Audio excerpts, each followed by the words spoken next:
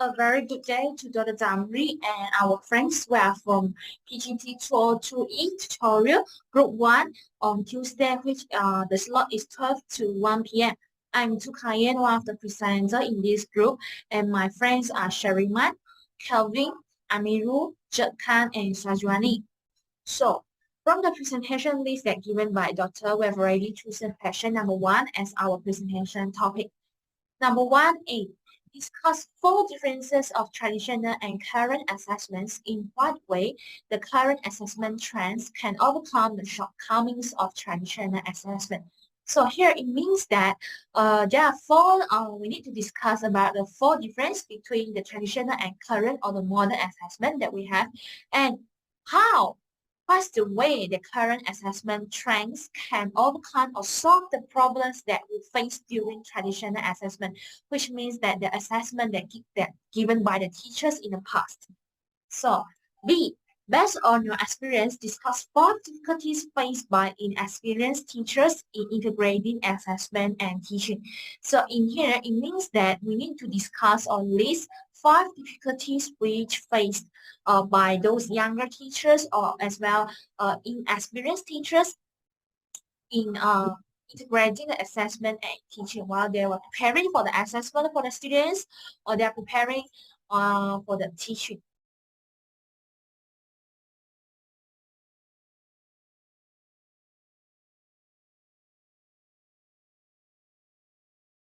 So, first of all, I found that in traditional assessment method, it normally only focus on general understanding of students. It means that students it only tasted on the basic knowledge about such topic of the students, but it didn't look deeper into their skills. So normally in traditional assessment method, it involves multiple choice questions, true and false, do's and don'ts. These questions can be described as that is easy and is really as easy as ABC, since that most of the pattern of the questions can be the same. For example, the multiple choice questions A, B, or A, B, C.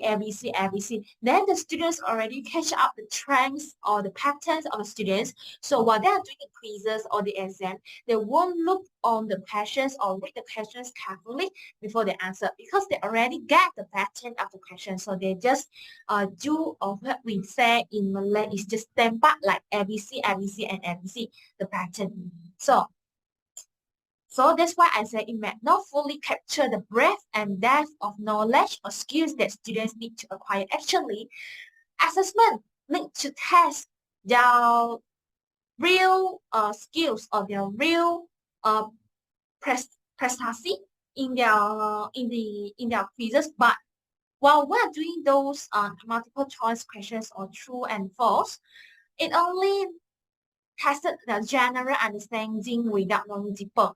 So this is the main problem that faced during traditional assessment. So at the same time, traditional assessment also led of the pattern which is failed to access to important skills like problem solving skills, communication, critical thinking skill, and etc. Because the questions are all just direct from the book or just almost the same from the reference book. So it does not have the own patterns. It does not have higher order thinking skill questions that we have nowadays. For example, like talks, questions, those kebab questions that we say in Malay. Yeah. So next, at the same time, it also traditional assessment method. It also means that if we only focus on general understanding of students, it also means that it doesn't align with the learning standards. Yes, what is learning standards actually? So, learning standard actually is a written descriptions of what students are expected to know and be able to do. It means that there is a standard that listed down that what students should achieve during the end of the lesson. It means that learning standard, as well as if we go to alignment. Alignment means that the learning activities are wholly appropriate or tally to achieving the desired learning standard. So we need to align to the learning standard in order to get an accurate data or statistics from our students. So in current assessment method, okay, it can say that it's aligned with the learning standard, which means that LS. Learning standards act as the main reference for every teacher. For example, in Malaysia, we have one document known as document standard curriculum dan pendaksiran DSKB, as we showed it in our slide here. So from MOE, this is from our Ministry of Education in Malaysia, is used as the main reference for teachers in Malaysia. So this is the example that for Bahasa Inggris tingkatan 1, as actually every subject and every tingkatan got its own the SKP. So this is one of the example from for subject English from 1. So yeah, inside there is something like the skills that listed and the things that the students need to achieve based on the students' level. So for this actually is to ensure that the assessment, okay, is accurately reflects what the students have learned and can do. And it also helps to ensure that the results, okay, of the assessment can be used to improve instruction and student learning. So normally, if to get our assessment is not aligned with our learning standard, it could say that the assessment is failed. Because actually what the students need to be tested, it didn't be tested in the exam or quizzes. Yes, for example, speaking skills. Our focus is to communicate information clearly. So the learning standards that listed here is ask about and give detailed information about themselves and others. So during teachers teaching in the class, teachers need to ask, okay, ask the students to give the detailed information about themselves, to introduce themselves or introduce their friends, okay, in the group, in order to achieve the learning standard, in order to achieve these learning standards during the end of the lesson. All right. So yes, there is so many learning standards, okay, in our DSKB module. So teachers need to plan their daily routine or daily teaching plan by doing the reference based on these learning standards in order to achieve their goals in the lesson. So that's all from me. I will pass my presentation to the next presenter. Thank you.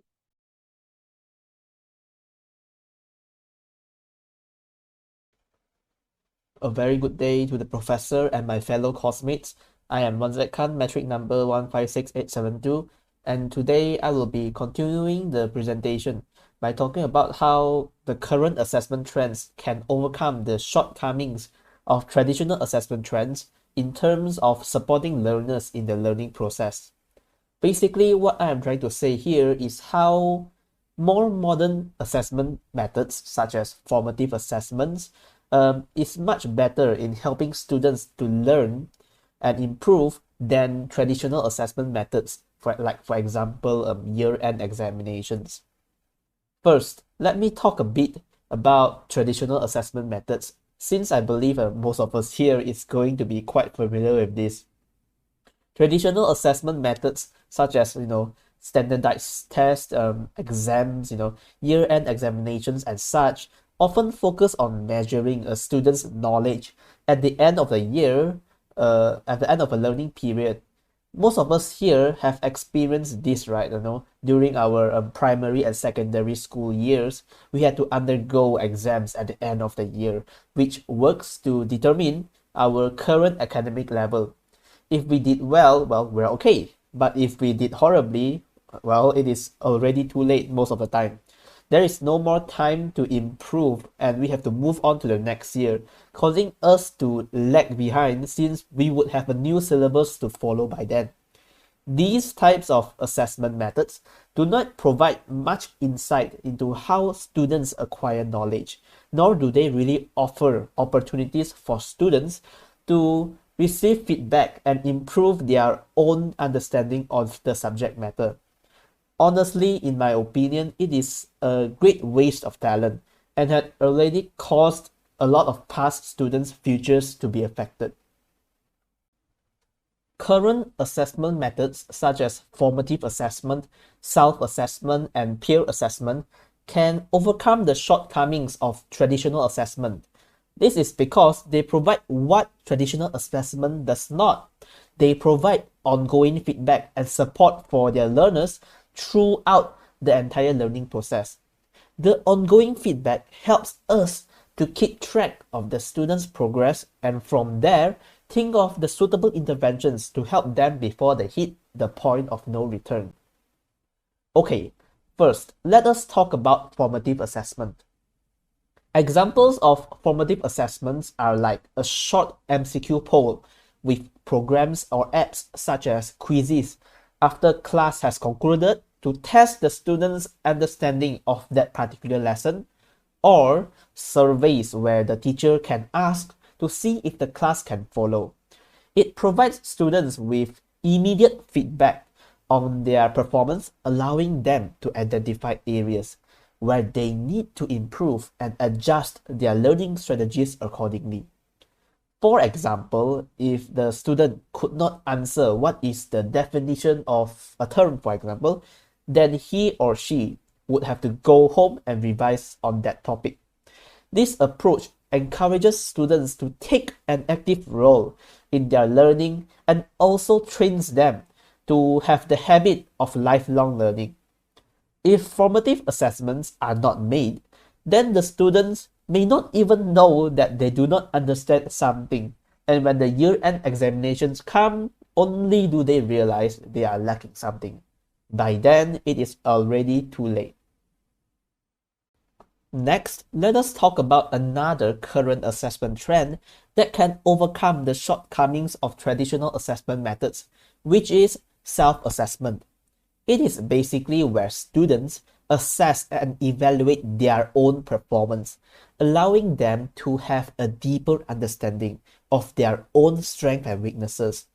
This method encourages students to self-reflect and self-regulate, a crucial skill when it comes to learning, well, anything at all, not just in their academics. This is a skill that needs to be taught.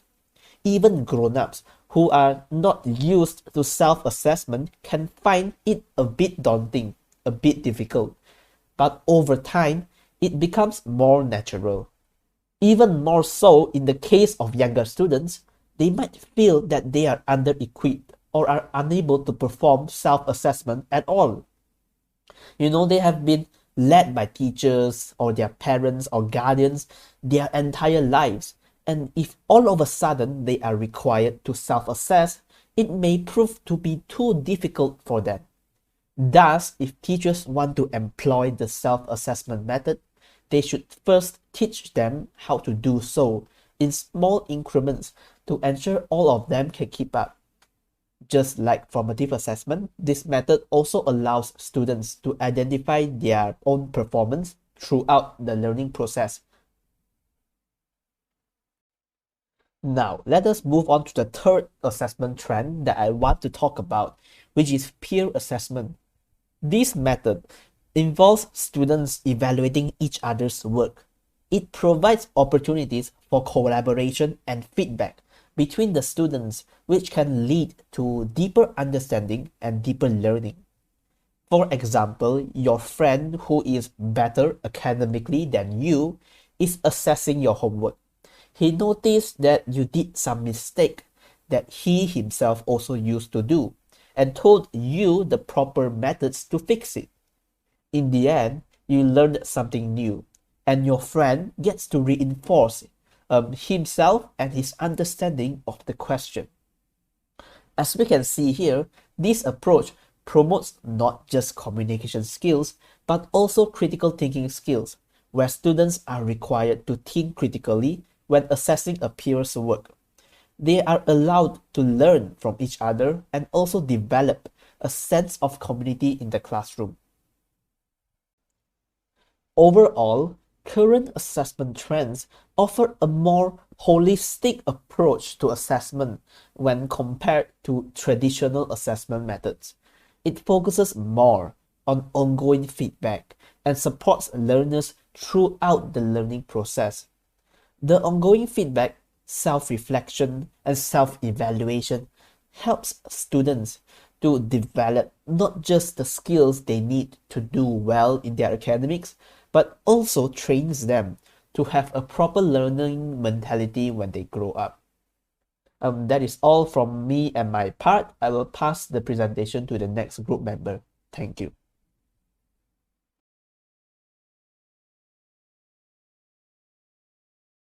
Hi guys, I'm Amirul and today I'll be discussing about how current and traditional assessments validate the achievement of learning standards and how current assessment methods are better in validating the achievement of learning standards compared to traditional method. Okay, to start off, let's talk about the traditional assessment. So traditional assessment typically validates the achievement of learning standards by measuring a student's performance against a set of predefined learning objectives or standards. This type of assessments is typically based on a range of evaluation methods, such as exams, quizzes, essays, projects, and presentations. To validate the achievement of learning standards, traditional assessment typically follows a systematic process that involves the following steps. One is defining learning objectives.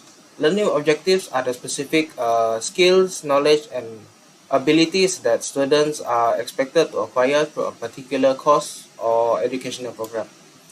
The second is designing assessment tools. So once the learning objectives has been defined, the next step is to design assessment tools that measure a student's ability to meet those objectives. These assessment tools could be in the form of exams, quizzes, essays, or projects. The third is administering the assessment.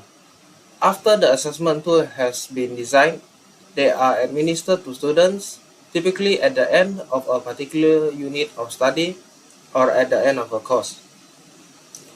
The fourth is evaluating students' performance. The performance of students on the assessment is then evaluated against the predefined learning objectives or standard. The fifth is providing feedback.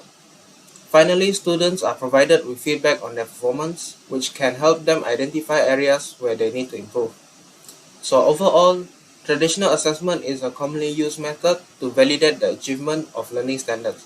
However, it is important to note that the traditional assessment have some limitations, such as a focus on memorization and the potential for bias in the evaluation process. Therefore, it is often beneficial to supplement traditional assessment with other methods, such as formative assessment and performance-based assessment, to provide a more comprehensive view of student learning.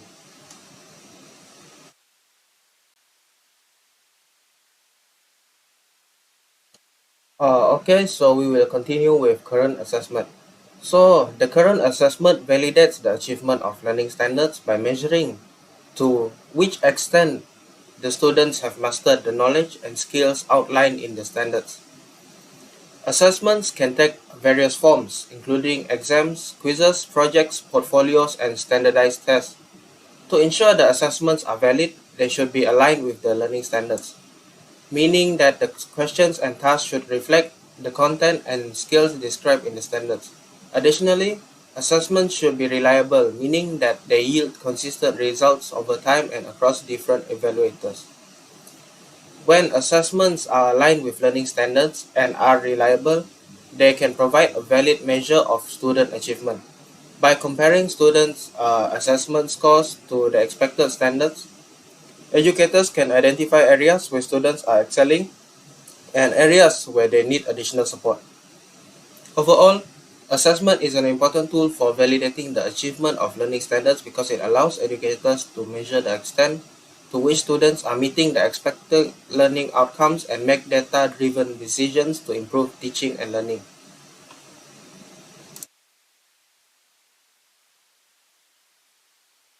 Okay, so now we will continue with how current assessment methods can overcome the shortcoming of traditional assessment methods in validating the achievement of learning standards.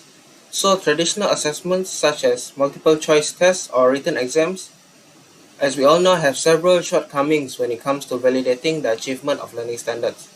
These shortcomings include limited scope, lack of authenticity, and limited opportunities for feedback and self-reflection. However, current assessments can overcome these shortcomings in several ways. This includes performance-based assessments. So performance-based assessments are designed to measure a student's ability to apply knowledge and skills in real-world situations. These assessments provide a more authentic representation of a student's learning than traditional assessments, which tend to measure only memorization. So the next thing is formative assessments. So formative assessments are designed to provide ongoing feedback to students about their learning progress. These assessments can take many forms, such as quizzes, self-reflection exercises, or peer assessments. Formative assessments provide students with multiple opportunities to assess their learning progress and adjust their learning strategies accordingly. So the third is personalized assessments. So personalized assessments are tailored to each student's learning needs and interests. These assessments can take many forms, such as adaptive tests, project-based assessments, or self-directed assessments. So personalized assessments provide students with opportunities to show their unique strengths and interests while still demonstrating the achievement of learning standards.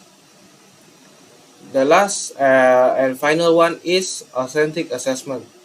So authentic assessments are designed to measure a student's ability to apply knowledge and skills in real-world situations. These assessments can take many forms, such as case studies, simulations, or portfolios. Authentic assessments provide a more realistic representation of a student's learning if compared to the way the traditional assessments undergo.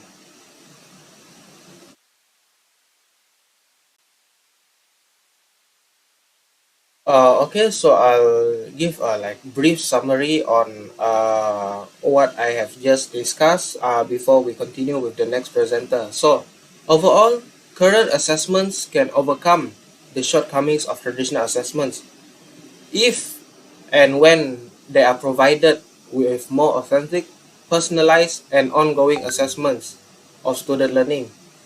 These assessments can provide students with more opportunities to demonstrate the achievement of learning standards, while also providing teachers with more accurate data about the students' progress.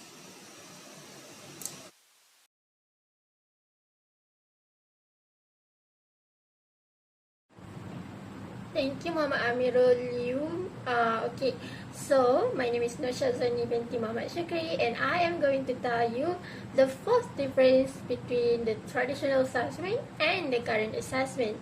So, as we all know, the current assessment consists of HOTS, higher order thinkings, and OBL, which is outcome-based learning. So, the thing that both of these assessments share is it is an integrated assessment, which means that our current assessment uses both of these methods to cater to different group of students with different abilities.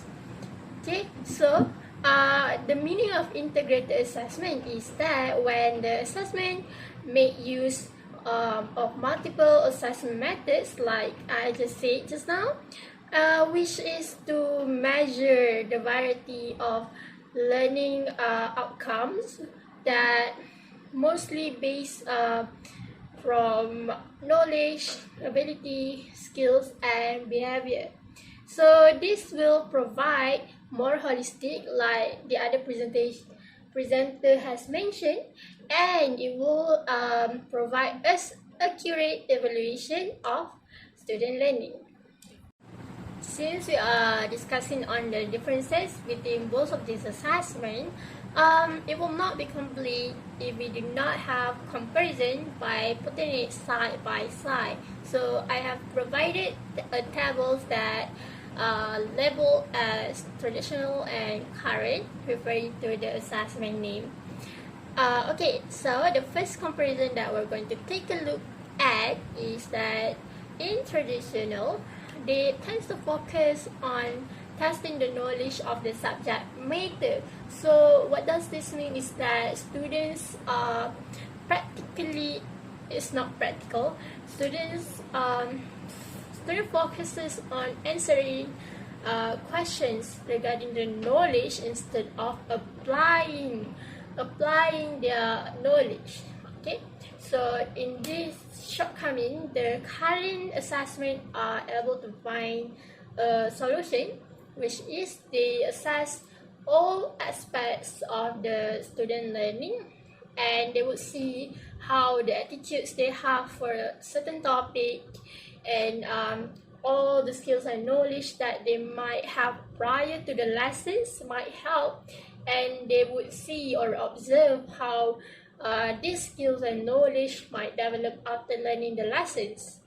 Okay, and the second comparison is that in traditional, they might not reflect real world solution, as they often test students in the form of multiple questions, MCQ, multiple choice question, MCQ, and short answer.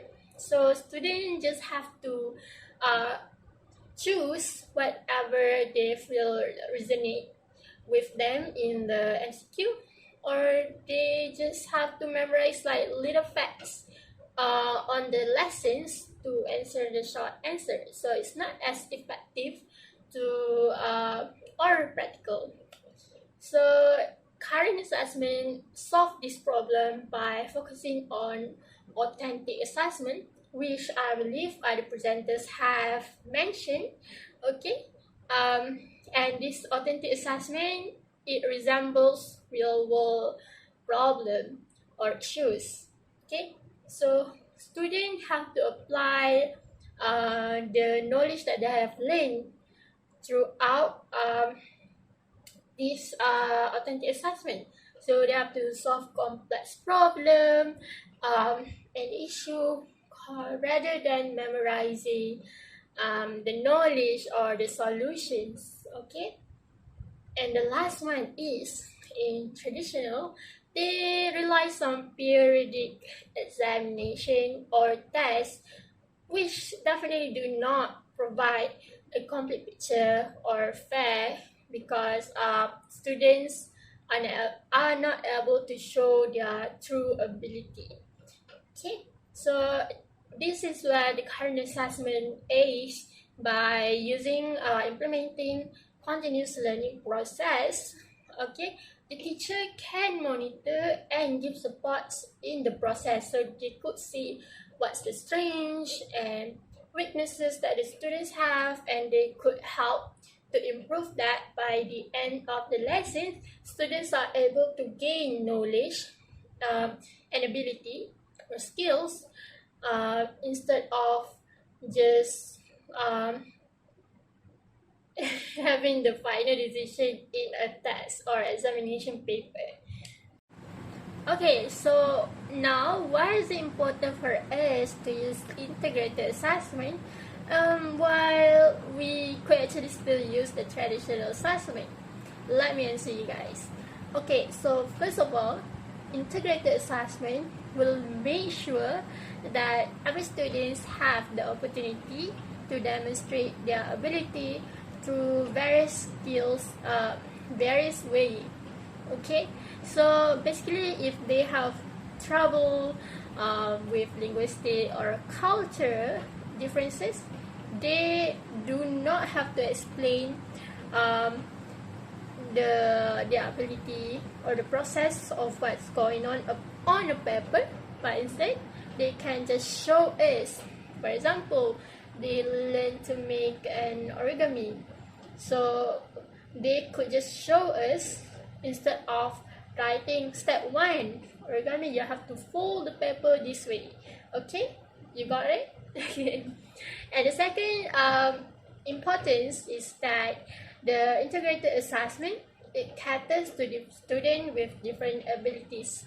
Okay, So since students are known to have different personality and ability as well as skills, this integrated assessment includes various type of evaluation.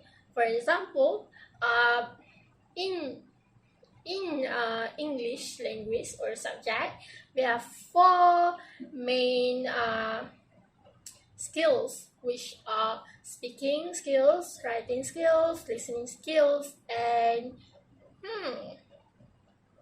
reading skills. Okay, so all of these they might have different abilities. So one might excel in reading and writing, while the other excels in listening and speaking. So in traditional assessment, we could not implement listening and speaking tests because it's on a paper. Okay, so but with integrated assessment, we are able to test students' ability in speaking and listening. And lastly, finally from me, integrated assessment allows us more comprehensive evaluation of students' knowledge and abilities. So in this one, it helps educators to gain insight, and they will be able to understand students' weaknesses and strengths. Okay, and they are able to participate in the learning process more and help students to become better and improve their skills or knowledge to apply in real world situation. So that's all from me. I'll pass to the next presenter.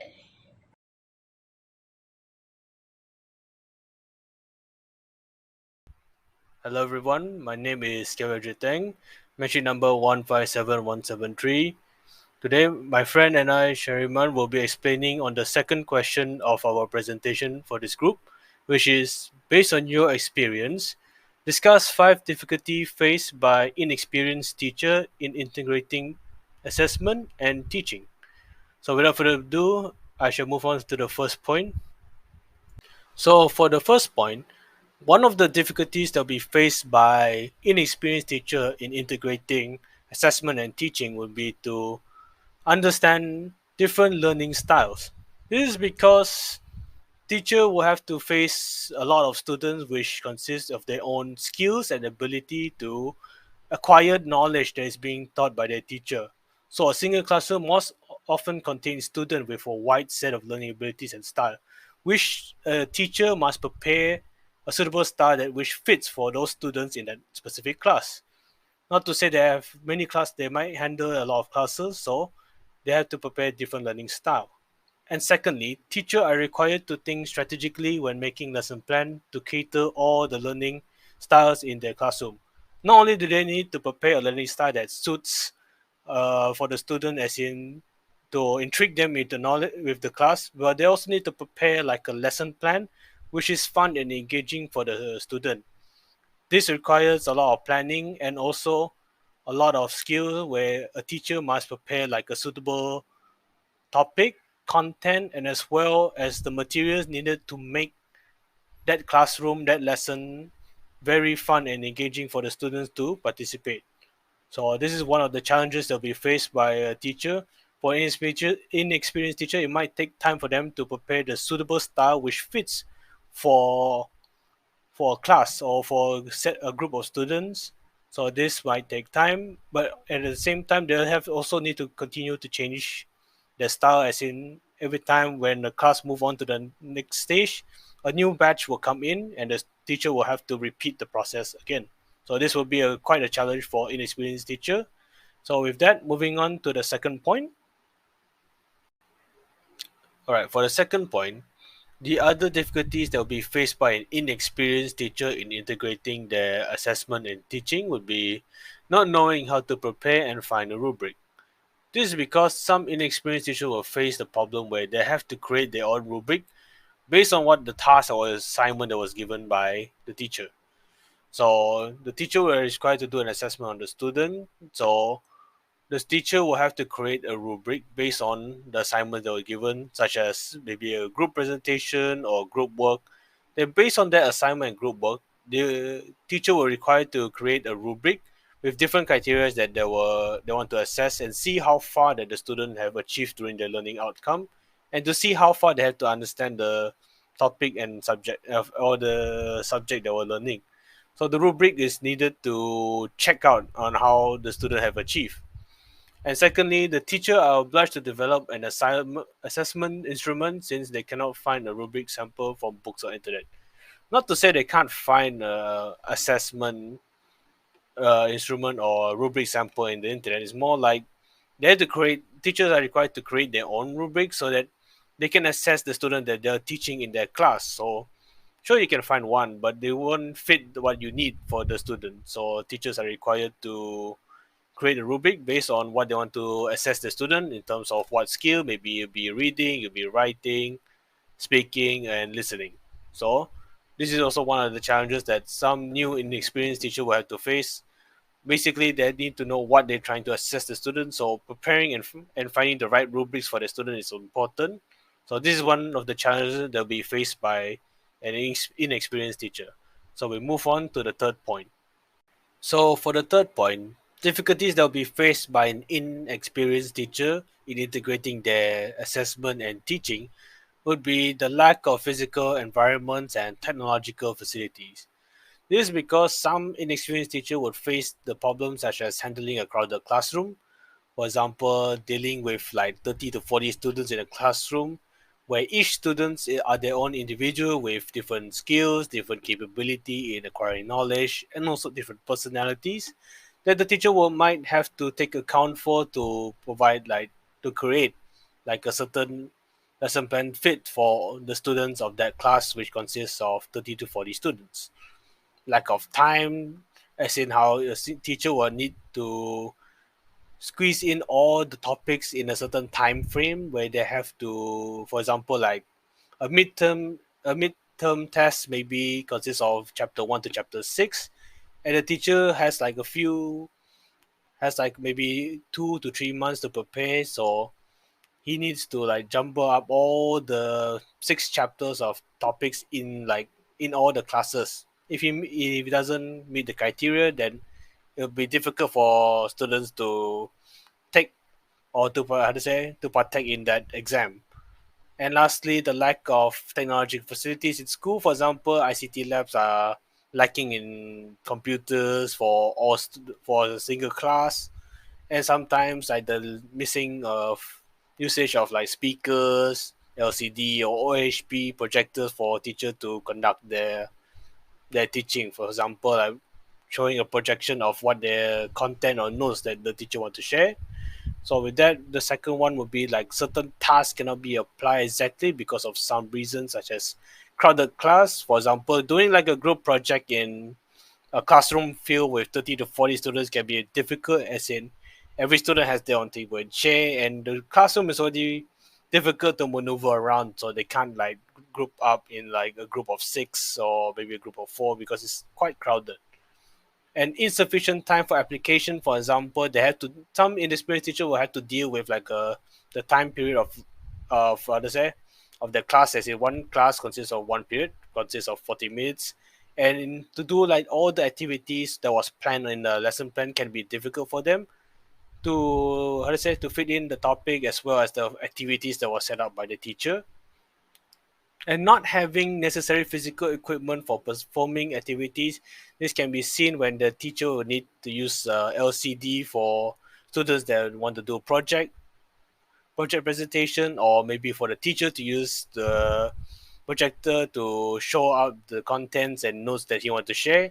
And lastly, unsuitable learning environments can be seen as how the teacher will have to deal with problem caused by outside factors such as construction site making loud noises, which makes teacher like maybe frustrated and have to raise up their voice so that the student can hear, as well as dealing with like anything that occurs like how to say in the classroom as well. Sometimes there are students that are not disciplined enough, might cause like the learning environment in the class to be not suitable for the students.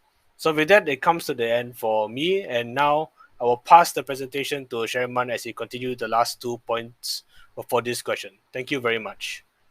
Right, so greetings, I'm SHERIMAN MARCONI and I shall proceed with my next point. So, based on my experience, another difficulty that is faced by new teachers is in terms of time management. So, new teachers struggle with time management because of their inexperience. We are all aware of that. Now, they will have to adapt to everything during the first several years in the classroom. This includes having to manage the classroom, the implementation of new curriculum, as well as student and parent interaction. These are only few of the concerns which will take up most of their time for planning and strategizing. Now, we understand that designing and implementing assessments is not a simple thing. A poor assessment design can actually lead to fewer evaluations collected. And when this happens, fewer learning goals can be examined, and this can lead to lower content validity. However, back in my day, students were actually complaining about how they lost their interest and had the impression that assessments are a complete waste of time due to lack of understanding on what they're actually doing. Some even actually talked about there is not a single point of doing assessments if they're just doing the same thing over and over again. So the repetition is there. This is why an extreme thorough research, planning, as well as design must be conducted towards the integration of an assessment in teaching. Well, in my experience as a student, new teachers use too many forms of assessments without proper time management. As a result, they seem to rush things really quickly, which is not a good sign for slow learners. So for my last point, I would like to share a little bit about my experience as a student, where I noticed that there is a clear pattern in teaching, whereby, so new teachers, they tend to use conventional techniques that pointed to the teacher-centered assessment strategy. Now, I know that it is true that teachers managed to interpret what each learner knew and what they could do using a variety of sources of evidence. The majority of the class assessments, however, were the traditional paper and pencil tests, class assignments, as well as the term tests. So there seemed to be a lack of informal assessment techniques employed, such as observations, self-evaluations, as well as portfolios, since new teachers didn't think that they were objective back then. So projects and research activities were more heavily affected by the provided materials. Like me, for example, I was only exposed to speeches, demonstrations, and problem-solving exercises during the later years of my studies. So as a result, they seem to be, the students actually have to rely excessively on the new teacher for almost everything. There seem to be extremely few opportunities for independent investigation and additional exploration, as the learning frequently occurs within the confined walls of the classroom. So these are the difficulties faced by the newly recruited teachers to integrate assessments and teaching based on my experience. So I hope this presentation has been very insightful for you. Say if you have any questions or inquiries or comments, don't hesitate to refer to us. That is all, and thank you so much for lending your ears.